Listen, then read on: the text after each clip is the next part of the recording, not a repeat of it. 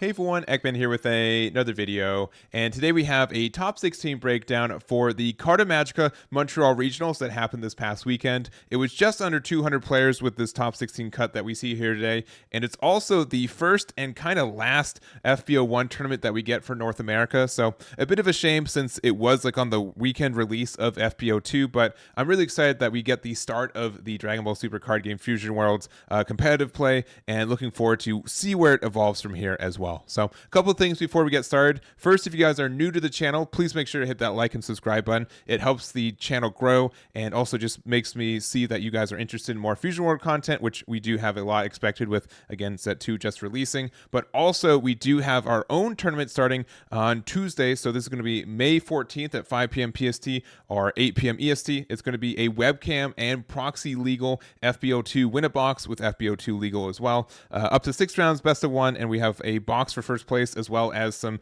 pack code and other prizes for top 8 as well. So should be a good time. You can find it in the description if you guys want to check it out, and we'll be live streaming it on our YouTube and our Twitch as well if you guys want to check out the games. So make sure to check that out. And then lastly, our sponsor Sleeve Chief is doing their anniversary sale right now. It's 20% off everything, and we do get an additional 5% using my link or code. But they have a bunch of product for a lot of card games, including Dragon Ball. One of my favorite is the this play box that they have here. So it's really nice. I like how the design on the outside has the gi, and it's kind of like a pop out button right here. So it's a really sick deck box, and other products they do have a good amount of Dragon Ball stuff too. So make sure to check them out. I really do appreciate it. And again, if you use my link or my promo code the Eggman, you get an additional 5% off on your purchases as well. So thank you again to Sleeve Chief, and let's just jump on into it. So again, this was just under 200 players, 181, 7 rounds of Swiss best of 1,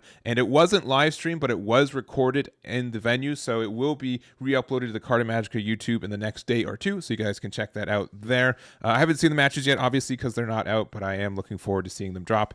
And yes, there was a lot of Broly. I think into this meta, a lot of people said Broly was best deck, and I think Frieza was probably like a close second in a lot of ways, but man, 10 Brolys out of a top 16 like this is pretty insane. So we also had 3 Frieza, 1 Goku, 1 Beerus, and 1 Son Goku from the star deck, so 1 of every red leader as well. But man, what a total dominance from Broly, I think, for this one. Also winning the event too, if that wasn't clear. So I think he's obviously a very strong leader. There's a lot of decks that just can't handle him, and I think it's really based off the 8-drop Broly doing very well. But I think the deck is strong, but we'll see if it's going to be continually this strong as we get to FB02 starting pretty much tomorrow as well. So that's kind of like the breakdown for it. If you guys want any of the deck lists, they're all linked on my page right here on Eggman Events, which is linked to the description. But we're going to go over the top placing list for each one of these leaders, starting off with our first place list, which is going to be Matthew's version of the Broly here. All right, and so I know that we're in like set 1, so the card pool is pretty small, and again, there are a lot of Broly players. I think a lot of the cards that we see here are pretty key for what the deck is looking like for a lot of players. We do need our ramp, so we do have our 4 copies of Gigantic Meteor as well as our Vegeta. We have our MOA, Son Gohan Childhood, and Son Goku 1-drops just to have things to get some card draw for our 1 energy when we kind of have these energies open. Then we go straight to our 5-drop Goku, which is great for not only ramp but also being able to use our leader effect, or an instant Kamehameha, some Son Gohan Childhood, some Turles, also some alternative ramp and be aggressive, and kind of the tech that I've seen for Broly's for specifically the mirror matches of all things are the Aandroidd 16s and the Son Gohan Childhoods. So the Aandroidd 16 has this blocker, but also when KO'd, you get to play up to 1 Son Gohan Childhood with a cost of 6 from your drop, and it's specifically 6, so it's not 6 or less, so you can't play the 5-drop or the 1-drop. But the 6-drop here, it has on play, add the top card of your deck to your life. So pretty much in how this works for the Broly matchups is that Red can give this minus power so it doesn't get KO'd, it gets removed from the field. Blue can not really do anything about this, so blue's good, but also you can see blue's not really in this meta as much as, like, it's probably like the worst represented color of the leaders that we have right now. And then also yellow can rest it pretty easy with like 1-drop Frieza. So, but in the mirror match, they do pretty much have to take care of this one way or the other, where either if they attack, you can block and then you get a Sun Gohan, which means that this gets rid of 2 attacks off one body, which is pretty good. And then obviously if they play like their 8-drop Broly, if they KO it with the Broly effect, you still get the Gohan out, which means you get the heal. So I think it's a really strong card for that. Worst case is a 10k combo too, so you're not really losing any consistency for it. And again, it's really important for kind of those matchups because like this is also just a pretty good body. It's a 6-drop 35k. Being able to gain a life immediately on play is good, and then as a 35k you can pressure down a lot of things. And then pretty much the rest just standard cards I think for the build. 2 copies of Big Bang Attack, which is I think a little bit heavy. We are running a good amount of extra cards in this one too, being 12, which is a little bit tricky sometimes, but being able to use this Big Bang Attack to get rid of some threats is great, and just gets rid of 5 or less, which again in pretty much every matchup besides the mirror match you get rid of most things. I think the only other thing is like Goku Black, which I'm not sure how much it was at this event, but obviously not at the top tables for very long if it was. So but yeah, very good removal for you. And in general, I think Broly is a big threat for this format. It's going to be interesting to see if it's able to transition to FB02 as well, since that meta looks like it's going to be a little bit faster. I think like Red's going to be in a lot better shape than it is right now, which kind of is already Broly's kind of rough matchup as well, since they're very good at making 25Ks, and I think they're only going to be better in the next format too. So it's going to be interesting again, see how long Broly survives, but I think he's very, very strong. And for only having one event, again, 10 tops is in a really good spot. So not much more to say, but congratulations to Matthew for their first place finish with Broly. Next up, we're going to go over to Joseph's top 8 version of Frieza. And I think Frieza is a second best deck in this format. I do think it's pretty flexible in what it's able to do, and it can be very aggressive in a lot of ways also. The big reason I say that is because we do have the very strong Ginyu card here. I thought this card was pretty bad when I was looking into it, and as I kept going to this meta, I'm like, man, this card just gets so much free value. Just another 20k that you pretty much get to play for free is very strong and just helps us put down the pressure. So obviously like a card like this does not do super good against Broly unless you kind of are able to give it more power from it. But generally speaking, I think this deck is very, very consistent for this meta too. We have a bunch of 1-drops with the Ginyu, the Sorbet, the Zarbon, and also the 1-drop Frieza. We do have the Kui as well, which is a great card for, again, the green matchup, where this has a blocker, and when KO, choose up to one of your opponent's battle cards and switch it to rest mode. So if they play 8-drop Broly and they KO this card, you just get to rest their Broly, and if they play a 17-18 double striker, same thing, you just get to rest them. So, and if they don't rest them outright by using their effects, you're able to just block and then rest something else. So honestly, I think it's a really good card for the deck and also for the green matchup a lot of the time. And then just kind of generally from there, we do run a good amount of Self-Awakeners, which does help us just stay alive and go down to our 4 life to be able to flip over to get the refresh of stuff, which is really, really strong for the deck. Being able to attack and then restand is pretty much it's just been very strong for this game in general. Our 4-drops, we have the 3 copies of Cooler as well as the 3 copies of the Frieza. I like the Cooler a little bit more in this deck personally, just because we do get like the when blocking effect a lot easier when we get to restand it at the end of turn. And Frieza being able to restand it at the end of turn is nice as well, but I like it. Like this card works a little bit better, I think, in Cooler, where you can kind of aggressively attack twice as a 40k. So other than that, we do have our Frieza at the top. We have our Super Combo, and then 2 copies of Supernova, which again is good at stunning cards. I think like some red 3-drops and 4-drops are really good into using Supernova for this one.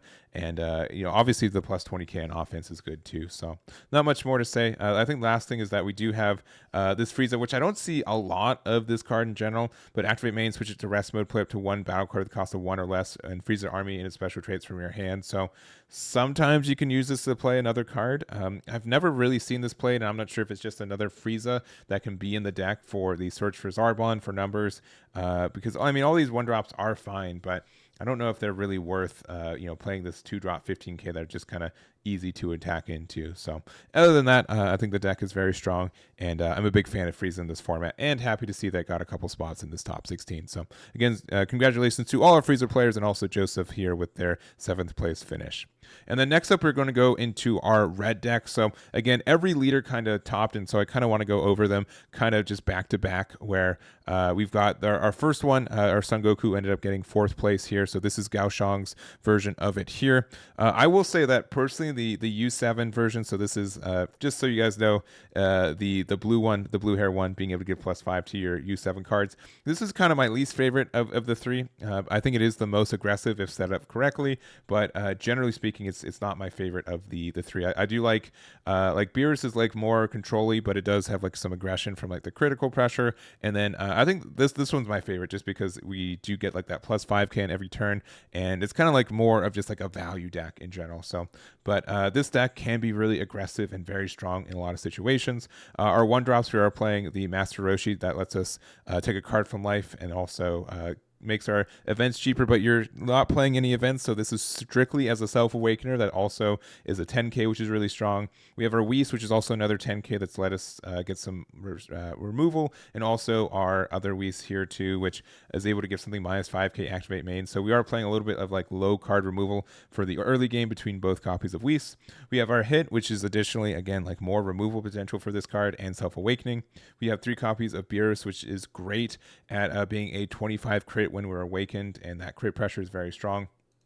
Couple or not more 4 copies of Frost here, just 4. I'm guessing more so yellow. I think yellow has a hard time dealing with this card, and in general, like looking at the bottom end so far, I think this deck is supposed to be really teched out against yellow specifically, because the Broly matchup can be a little bit easier when we get that passive +5k in all our Universe 7 cards. It just means that we're better at hitting into their leader at 25k, since like this Beerus turns into a 25k, our Son Goku here becomes a 30k, and Son Gohan again becomes a 30k as well.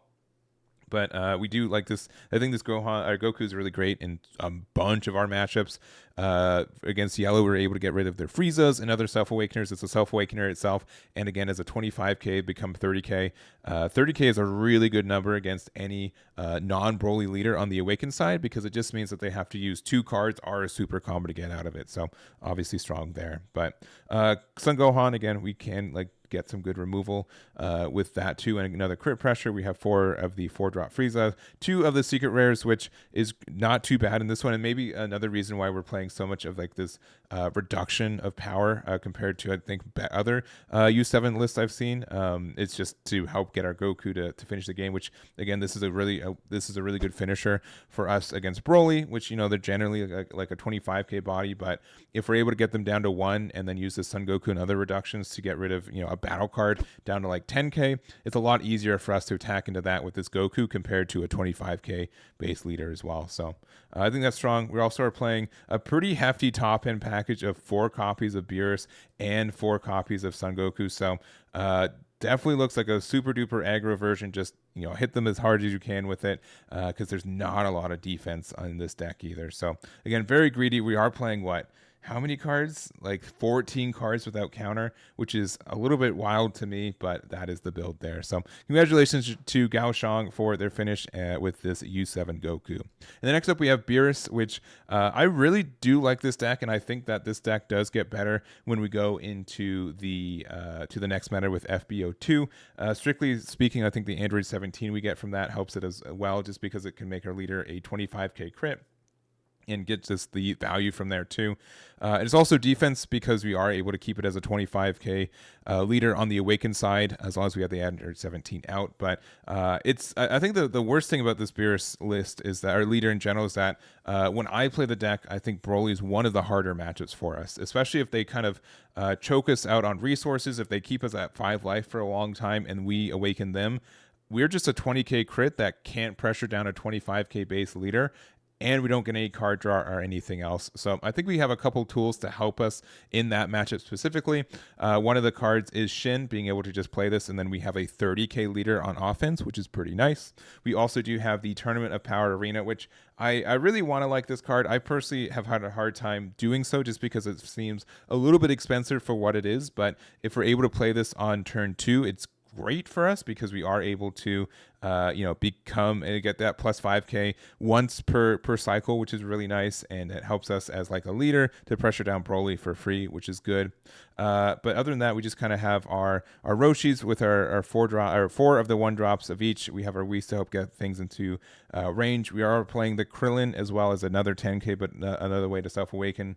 I do think Beerus is kind of like needed to self-awaken more often, just because we don't get value on the front side for long. Like the beginning pressure is really great, but if we don't awaken, it kind of gets away from us a little bit. Also playing the Frost for this one for assumedly yellow, and then also our top end being 3 copies of the Secret Rare Goku as well as 3 copies of the 5 drop. So we do have some really good end game pressure, and it just kind of goes from there. We also do play the 2 drop Son Goku, the promo one, which if we are awakened, we are a 2 drop 25k, which is quite nice. We are also playing this in the other one right here, which we'll talk about in a minute. But I think this card is pretty good, and it just has a Son Goku. It's not a U7, so it doesn't get like amazing synergy, especially in like the U7 build. So maybe that's why we don't run it. But again, just as like a quick way to make a 25k attack in a meta where like one of our biggest threats is a 25k leader, I think it's a good add for the deck too. So not much more to say, but congratulations to our Beerus player Tiago for their top 8 finish.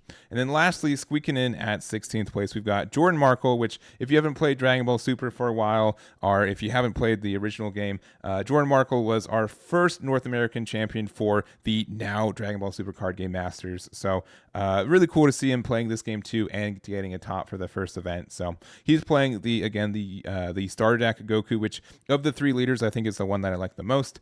He's pretty simple, I'll say. Like, you don't do anything too fancy with it. Again, we do just have the plus 5k on either player's turn once per turn during the activate battle step. So but that's really good. He just gets a lot of good value. You're really just playing out playing out Piccolo on 3 is not too bad, or your Son Goku, being able to use these to get pressure and like being able to make them a 30k swing pretty consistently, right?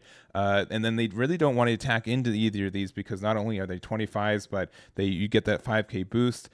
Sometimes also this was the first event, and I'm sure that you kind of forget that you can get that defense on the opponent's side, opponent's turn with it. So being able to get like out of a free attack because your opponent forgets that. I have that still happen to me pretty often, so I think that's helpful.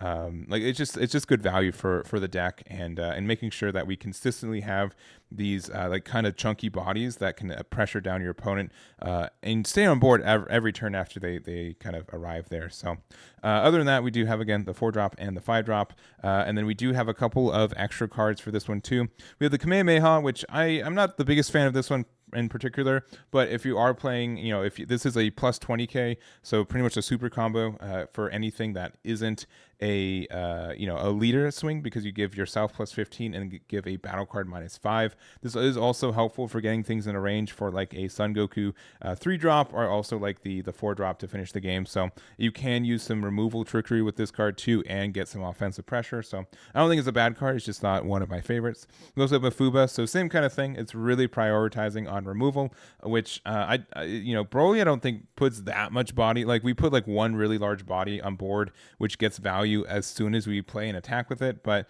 there are some situations where if they have like the 5 drop Goku out, or in matchups like Son Gohan Childhood, being able to remove their 5 drop Goku is really, really important for us. So being able to have Mafuba and again Kamehameha is great. And then Tournament Power Arena, I don't love this as much, but I do think it can get some value throughout the game. So being able to use this card for the Broly matchup is really strong to help us buff up our leader is great, kind of similar as the Beerus matchup.